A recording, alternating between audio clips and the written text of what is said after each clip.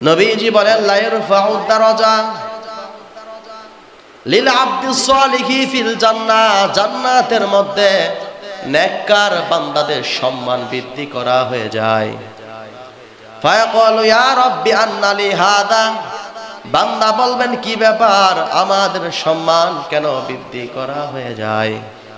আল্লাহ বলবেন বিইস্তিগফারি ওয়ালাদা কিলাক, তোমাদের সন্তান তোমাদের জন্য ইস্তেগফার পাঠ করে, বলেন সুবহানাল্লাহ।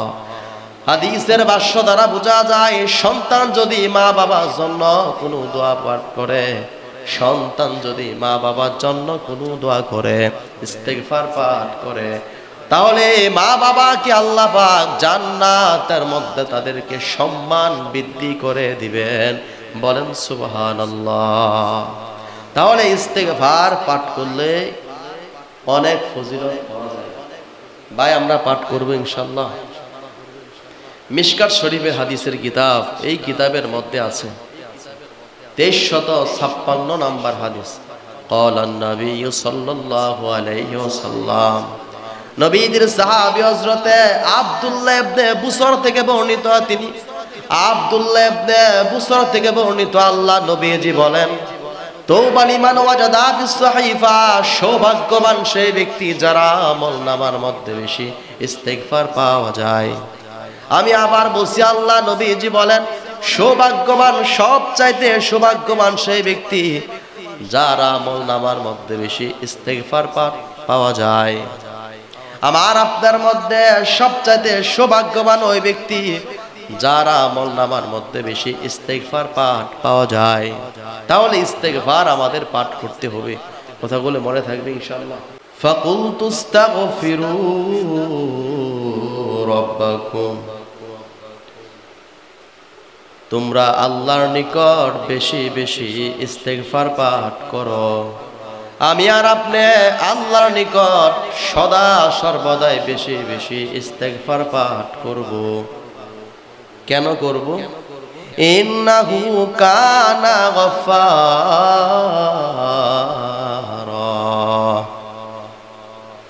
নিঃসন্দেহে আল্লাহ অতিশয় ক্ষমাশীল, তাই তিনি আমাদেরকে ক্ষমা করে দিবেন, বলেন সুবহানাল্লাহ।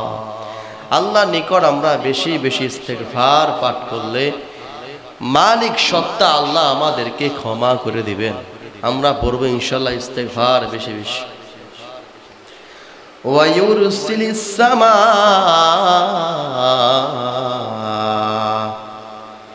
ইউরসিলিস সামা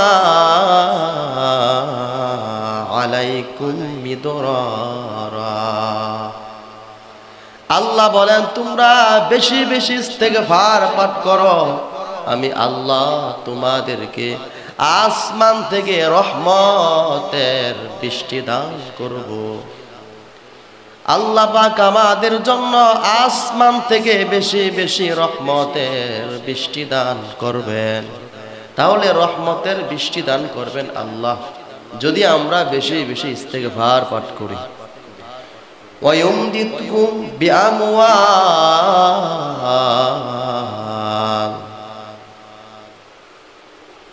ইস্তেগফার পাঠ করলে আমাদেরকে আল্লাহ পাক সম্পত্তি দান করবেন। ওয়া বানিন,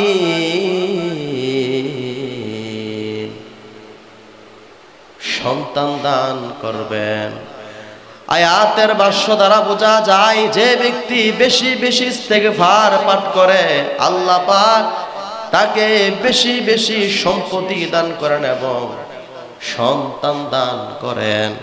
আমাদের মধ্যে যাদের ছেলে সন্তান নাই বা কন্যা সন্তান নাই, আমরা আল্লাহর নিকটে বেশি বেশি ইস্তেগফার পাঠ করব, আল্লাহ পাক আমাদেরকে সন্তান দান করবেন, বলেন সুবহানাল্লাহ।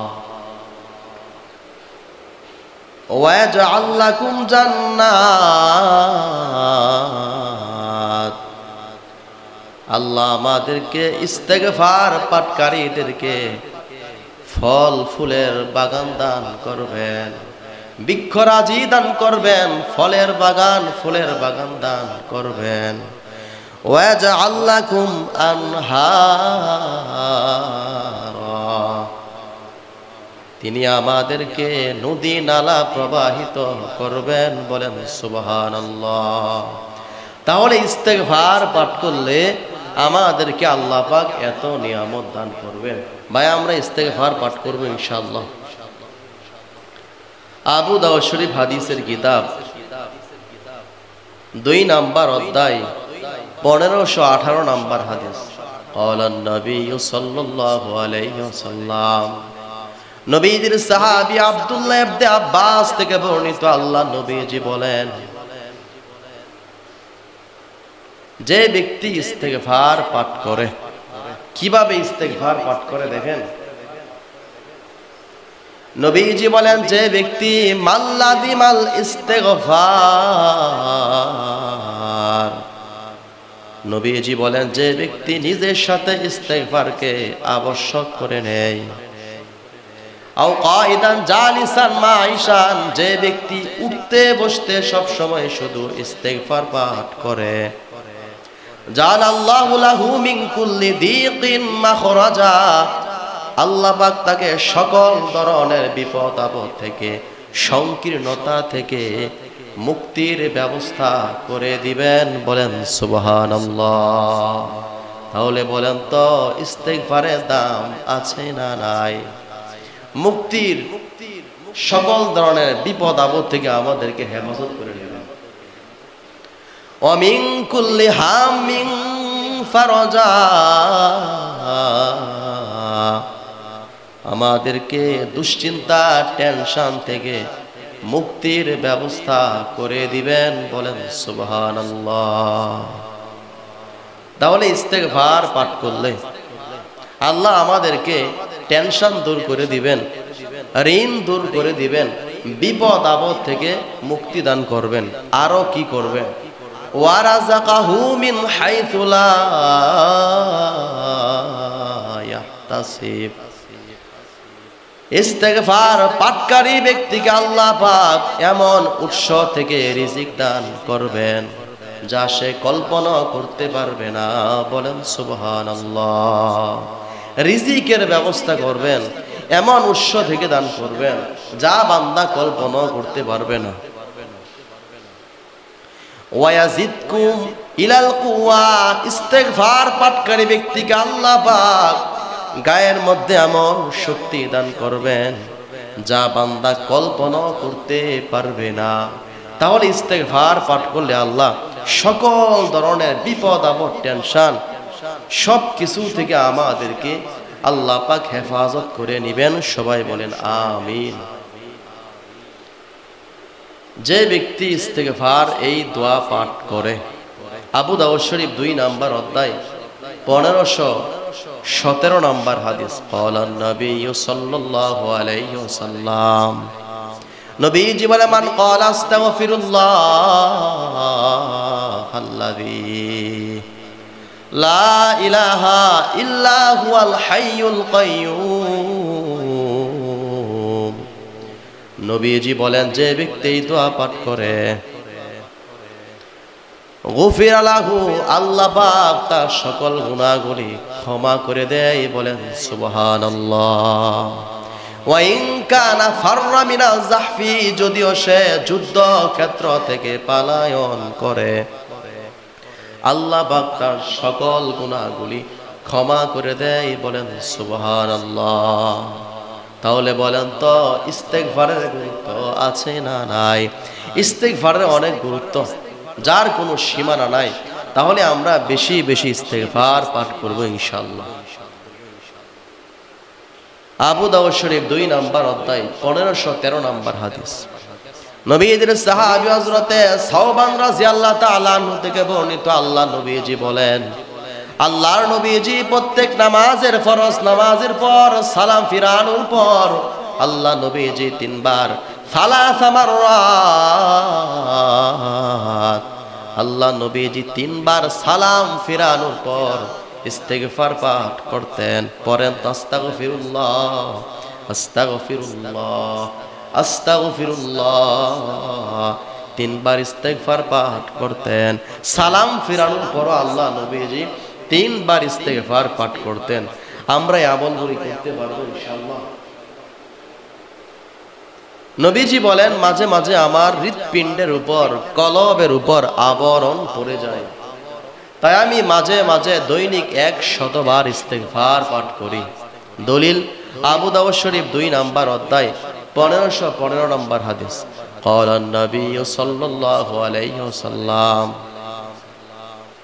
إنه لا يغان على القلب। নবী বলেন, নিশ্চয়ই মাঝে মাঝে আমার কলবের উপর, কখনো কখনো আমার হৃৎপিণ্ডের উপর, কলবের উপর আবরণ পড়ে যায়। ইন্নী আস্তাগফিরুল্লাহ, তাই আমি দৈনিক ইস্তেগফার পাঠ করি। ফি কুল্লি ইয়ামিন মিয়াতা মাররা, 100 বার করে আমি ইস্তেগফার পাঠ করি। বলেন সুবহানাল্লাহ। নবীজির কোনো গুনাহ নাই, আগে কোনো গুনাহ ছিল না।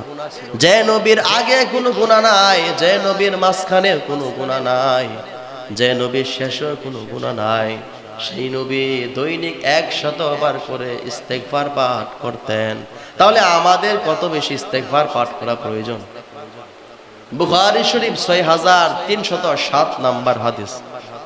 নবীজি বলেন, আল্লাহ, আল্লাহর শপথ, আস্তাগফিরুল্লাহ আল্লাযী লা ইলাহা ইল্লা হুয়াল হাইয়ুল কাইয়্যুম ওয়া আতুবু ইলাইহি ফিল ইয়াউমি আকসারা মিন 70 মাররা। দৈনিক আমি 70 বারের চাইতে বেশি ইস্তেগফার পাঠ করতাম। বলেন সুবহানাল্লাহ। আল্লাহ নবীজি দৈনিক 70 বারের চাইতে বেশি ইস্তেগফার পাঠ করতেন। ভাই, আমাদের এত গুনাহ, তারপরে আমরা ইস্তেগফার পাঠ করতে পারি না। কথাগুলি মনে থাকবে ইনশাআল্লাহ। যদি কোনো ব্যক্তি ইস্তেগফার পাঠ করে, গুনাহ করার পর যদি কোনো ব্যক্তি ইস্তেগফার পাঠ করে, আবু দাউদ শরীফ 2 নম্বর অধ্যায় 1521 নম্বর হাদিস।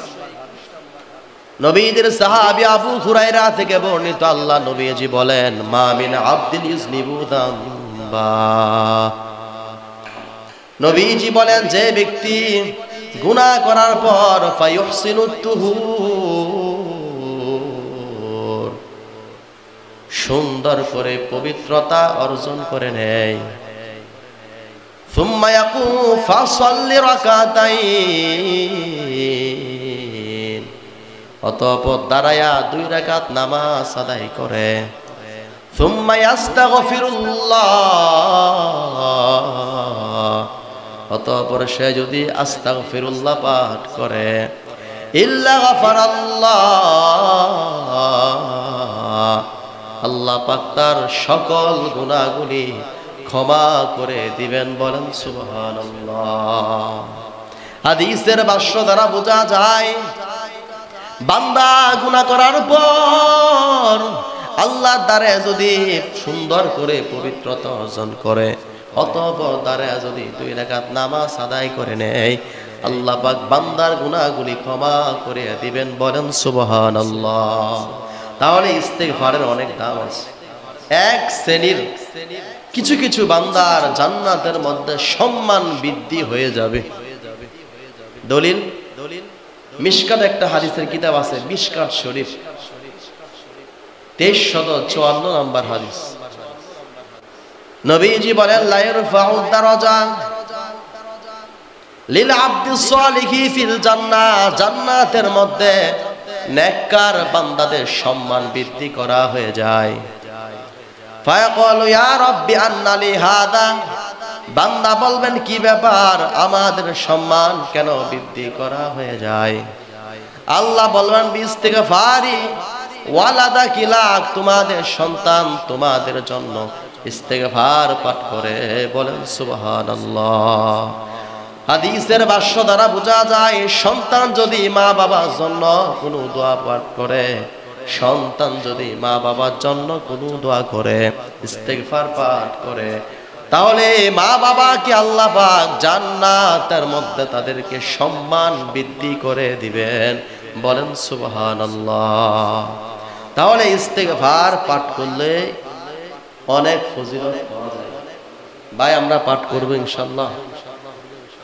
মিশকাত শরীফের হাদিসের কিতাব, এই কিতাবের মধ্যে আছে 2356 নাম্বার হাদিস। ক্বালান নবী সাল্লাল্লাহু আলাইহি ওয়াসাল্লাম, নবীদের সাহাবী হযরতে আব্দুল্লাহ ইবনে বুসর থেকে বর্ণিত, তিনি আব্দুল্লাহ ইবনে বুসর থেকে বর্ণিত, আল্লাহ নবীজি বলেন, তওবা লিমান ওয়াজাদা ফিস সহিফা, সৌভাগ্যবান সেই ব্যক্তি যারা আমলনামার মধ্যে বেশি ইস্তিগফার পাওয়া যায়। আমি আবার বলছি, আল্লাহ নবীজি বলেন, সৌভাগ্যবান, সবচাইতে সৌভাগ্যবান সেই ব্যক্তি যার আমলনামার মধ্যে বেশি ইস্তিগফার পাওয়া যায়। আমার আপনার মধ্যে সবচাইতে সৌভাগ্যবান ওই ব্যক্তি যার আমলনামার মধ্যে বেশি ইস্তিগফার পাওয়া যায়। তাহলে ইস্তিগফার আমাদের পাঠ করতে হবে, কথাগুলো মনে থাকবে ইনশাআল্লাহ। মিশকাত শরীফের 2330 নম্বর হাদিস। ক্বালান নবী সাল্লাল্লাহু আলাইহি ওয়াসাল্লাম, নবীজি বলে, ইন্নাল আবদা ইযা তারাফা, নিশ্চয়ই কোনো বান্দা গুনাহ করার পর আল্লাহর নিকট যদি অনুতপ্ত হয়ে যায়, আল্লাহর নিকট যদি সে অনুশোচনা করে ফেলে, আল্লাহ নিকট যদি কোনো বান্দা গুনাহ করার পর আল্লাহ নিকট যদি সে স্বীকার করে ফেলে, সুম্মা তাবাল্লাহ, অতঃপর বান্দা যদি তওবা করে নেয়, আল্লাহ পাক বান্দার তওবা কবুল করে নেবেন। বলেন সুবহানাল্লাহ। তাহলে বলেন তো ইস্তিগফারের গুরুত্ব আছে না নাই? ইস্তিগফার অনেক গুরুত্ব আছে। প্রত্যেক বান্দা গুনাহগার, তবে তাদের মধ্যে উত্তম বান্দা যে বান্দা গুনাহ করার পরে তওবা করে।